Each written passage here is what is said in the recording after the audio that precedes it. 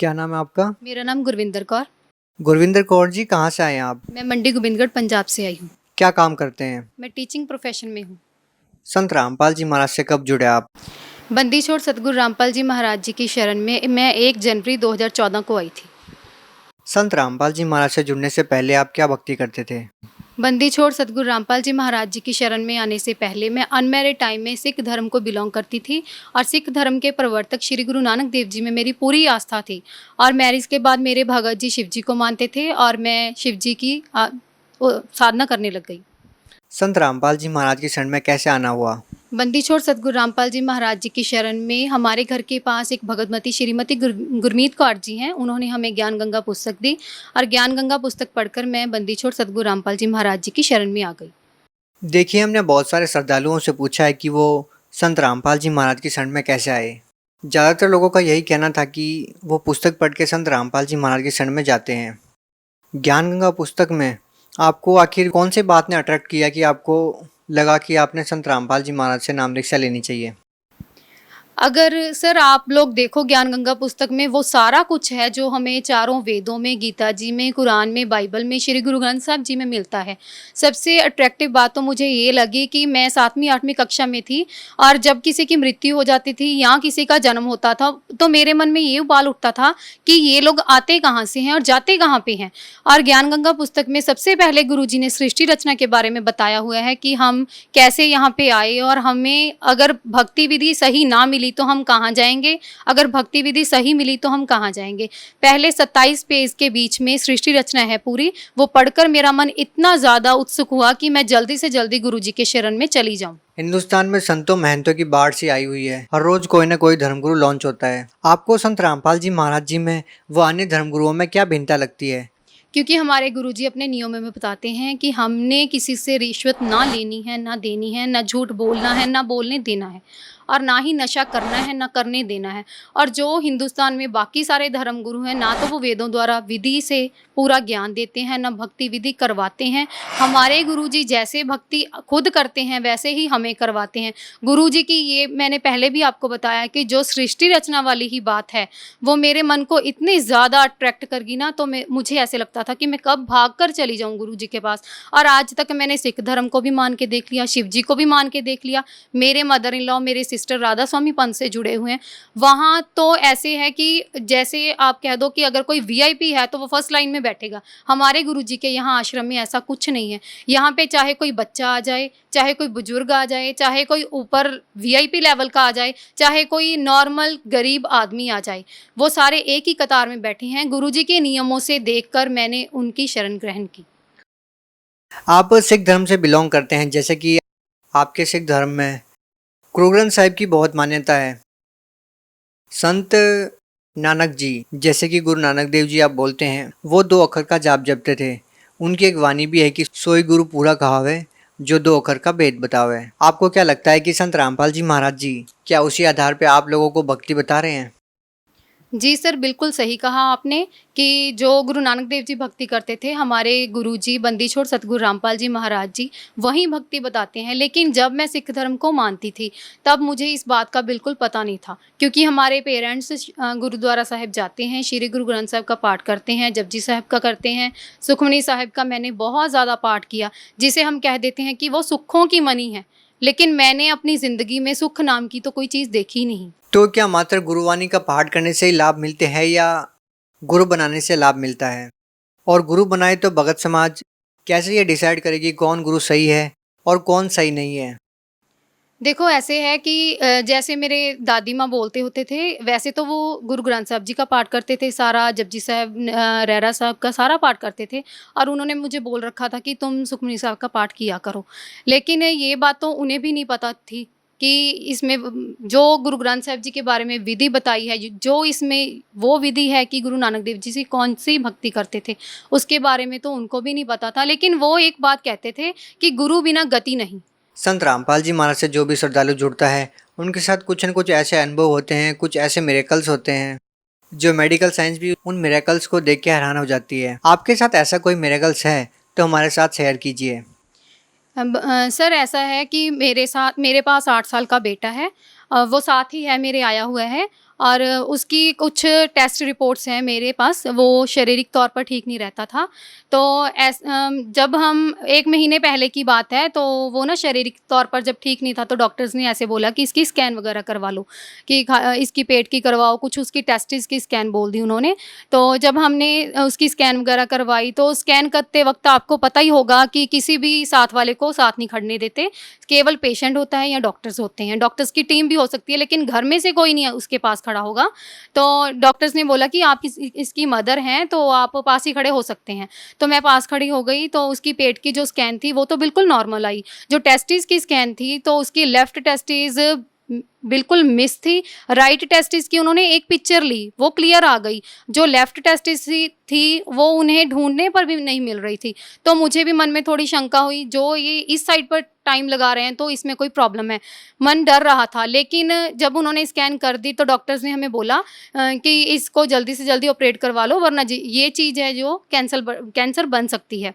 तो फिर हमने घर पर आए, तो ऐसे था, थोड़ा मन में शंका थी, लेकिन पूर्ण विश्वास था कि हम पूर्ण ब्रह्म कबीर जी की शरण में हैं और हमारे बंदी छोड़ सतगुरु रामपाल जी महाराज तो पहाड़ के जैसे कष्ट को भी चींटी में बदल देते हैं। ठीक है, तो रात को मैंने अपने भगत जी से बात की, तो उन्होंने कहा कि घबराने वाली कोई बात नहीं है, हम गुरु जी की शरण में हैं, गुरु जी अपने शिष्य को उदास नहीं होने देते। तो मैंने मन ही मन प्रार्थना की, मेरे मुख से ये बात निकली कि परमात्मा, बच्चा छोटा है, इसका जो भी ऑपरेशन है हम डॉक्टर से नहीं करवा सकते, पता नहीं ये सहेगा कि नहीं सहेगा, तो जो आपने इसको ऑपरेट करना है तो खुद ही आप आके कर जाओ। तो सर, आप यकीन नहीं मानोगे कि मेरे परमात्मा रातों रात मेरे बच्चे का ऑपरेशन कर चुके थे। किसको आप परमात्मा मानते हैं और किसने किसको ऑपरेट किया? परमात्मा बंदी छोड़ सतगुरु रामपाल जी महाराज, जो हमारे बंधनों को हरने के लिए आए हुए हैं, वो पूर्ण परमात्मा हैं और उन्होंने ही रातों रात मेरे बच्चे का ऑपरेशन कर दिया। इसका प्रूफ मैं आपको दिखाऊंगी कि जब सुबह मेरे मदर इन लॉ बच्चे को नहला रहे थे, तो उन्होंने उसे टेस्ट किया, तो उन्होंने कहा कि नहीं, बच्चा बिल्कुल ठीक है। तो मेरे मन में वही बात आ गई कि मैंने अपने पूर्ण गुरु से ये प्रार्थना की थी, तो मेरे मालिक ने उसका ऑपरेशन कर दिया। तो नेक्स्ट डे हमने मोहाली जाना था, मोहाली डॉक्टर के पास हमें 1 दिन पहले रेफ़र किया गया था। तो जब हम मोहाली डॉक्टर के पास गए, स्कैन के वक़्त तो देखो मैं अकेली खड़ी थी बच्चे के पास, जब टेस्ट हो गया था, जब उसे चेक कर रहे थे, तो मेरे मदर इन लॉ, मैं और मेरा बेटा, हम तीनों डॉक्टर के पास थे, बच्चे का चेकअप हो रहा था। तो उस डॉक्टर ने कहा कि आपको किसने कहा कि इसे ऑपरेट करना पड़ेगा? ये देखो, सारा रिज़ल्ट तो आपके सामने है, बच्चा बिल्कुल ठीक है, इसे किसी ऑपरेशन की ज़रूरत नहीं है। अगर आपको इस बारे में कोई शंका हो, तो मैं अपने बच्चे की टेस्ट रिपोर्ट साथ में लाई। जी दिखाइए प्लीज़। ये देखिए, ये कहाँ की रिपोर्ट्स हैं? ये रोपड़ की। रोपड़। पहला टेस्ट लेते टाइम डॉक्टर ने आपको क्या कहा था? डॉक्टर ने क्या बोला आपको जिस टाइम पे पहला टेस्ट किया गया था?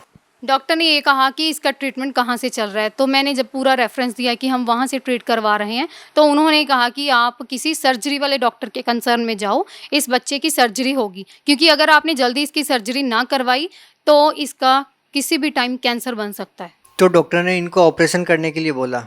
हाँ जी, डॉक्टर ने बोला और उन्होंने कहा कि कल अगर आप जा सको, तो मोहाली ऑपरेशन थिएटर में, जो भी जहाँ पे ऑपरेट करते हैं, इंडस हॉस्पिटल है, वहाँ पे जाओ। वहाँ पे मल्टी स्पेशलिटी सेंटर है, जहाँ पे 6 सर्जन। जब आपको डॉक्टर ने कहा कि इनका ऑपरेशन करवाना चाहिए, तो आपने संत रामपाल जी महाराज जी से प्रार्थना की, और ये आप कह रहे हैं कि जब मैं दोबारा टेस्ट करवाने के लिए गई, क्या आप टेस्ट करवाने के लिए गए थे या सर्जरी करवाने के लिए गए थे? नहीं सर, ऐसा है, डॉक्टर्स ने बोल दिया कि सर्जरी करवानी पड़ेगी, तो उन्होंने साथ ये भी कह दिया कि हमारे पास ये फैसिलिटी नहीं है, आप मोहाली के बड़े हॉस्पिटल में जाइए। और हमें उन्होंने भेजा भी वहाँ पर, जो मैं आपको पहले बता चुकी हूँ कि वो मल्टी स्पेशलिटी सेंटर था।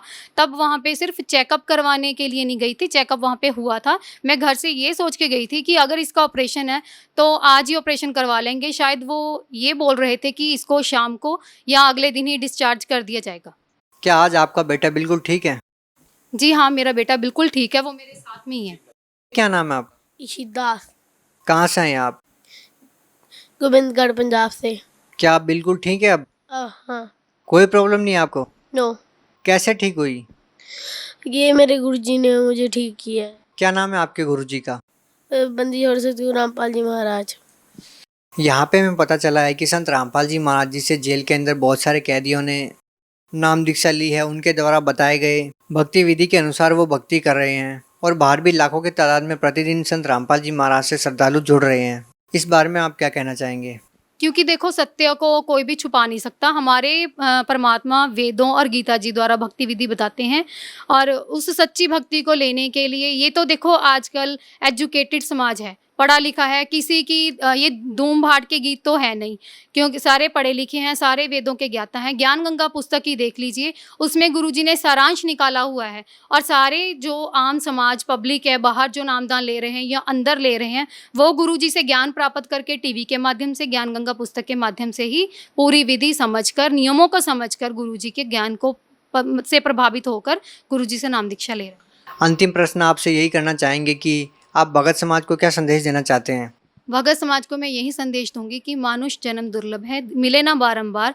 तरवर से पत्ता टूट गिरे, बहर न लगता डार। जैसे एक डाली से पत्ता टूट जाए तो उसका उस डाली से कोई भी संबंध नहीं रहता। अगर आपकी आत्मा इस शरीर को छोड़ गई तो आपका भी कोई अस्तित्व नहीं रहेगा। फिर पता नहीं आप कौन सी योनि में जाएंगे। हमें तो पता चल गया कि हमारे परमात्मा बताते हैं जो इस शरण में नहीं आते तो वो बाद में क्या बनते हैं। लेकिन मेरी आपसे हाथ जोड़कर विनम्र निवेदन ये है कि परम पिता परमात्मा बंदी छोड़ सतगुरु रामपाल जी महाराज जी से नाम दीक्षा लें, भक्ति विधि से मोक्ष को प्राप्त करें और अपना कल्याण करें। बहन जी, संत रामपाल जी महाराज से नाम दीक्षा लेने के बाद आपको और क्या लाभ मिले?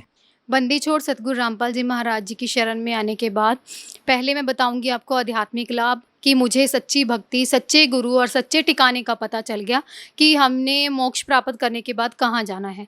दूसरा मानसिक लाभ, मैं अपने जो पहले भक्ति करती थी उससे मेरा मन काबू नहीं रहता था। मन को कुछ ना कुछ भटक लगी रहती थी और गुस्सा बहुत ज़्यादा आता था, मन पे कंट्रोल नहीं रहता था। और तीसरा आर्थिक लाभ वो ये है कि हमारे घर में पहले चाहे अर्निंग के साधन थे चाहे नहीं थे, लेकिन हम फिर भी एवरेज पीपल्स में आते हैं।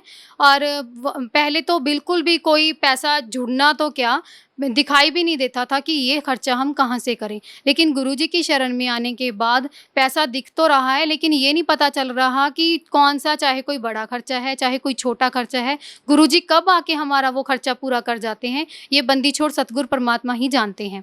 और चौथा लाभ, शारीरिक लाभ ये है कि मेरे पास 8 साल का बेटा है। जब से उसने इस धरती पर जन्म लिया है मैं शारीरिक तौर पर ठीक नहीं रहती। कभी ना कभी कोई ना कोई प्रॉब्लम होती ही रहती है, जैसे कभी सिर दर्द, कभी टांगों में, कभी बैक प्रॉब्लम, लेकिन मुझे डेली एक ना एक टैबलेट लेनी ही पड़ती है। पर हमारे गुरु बंदी छोड़ सतगुरु संत रामपाल जी महाराज ने जो प्रसाद दिया है, जो चरणामृत दिया है, वो अब मैं डेली थोड़ा सा बाउल में डालकर चरणामृत लेती हूँ और 2 दाने प्रसाद के लेती हूँ। डेली सुबह करती हूँ और उससे मुझे पूरे शारीरिक तौर पर कोई भी प्रॉब्लम नहीं है। वो ही पूरी मेरी दवा है, वो ही सब कुछ है। जी बहुत बहुत धन्यवाद। सत साहिब।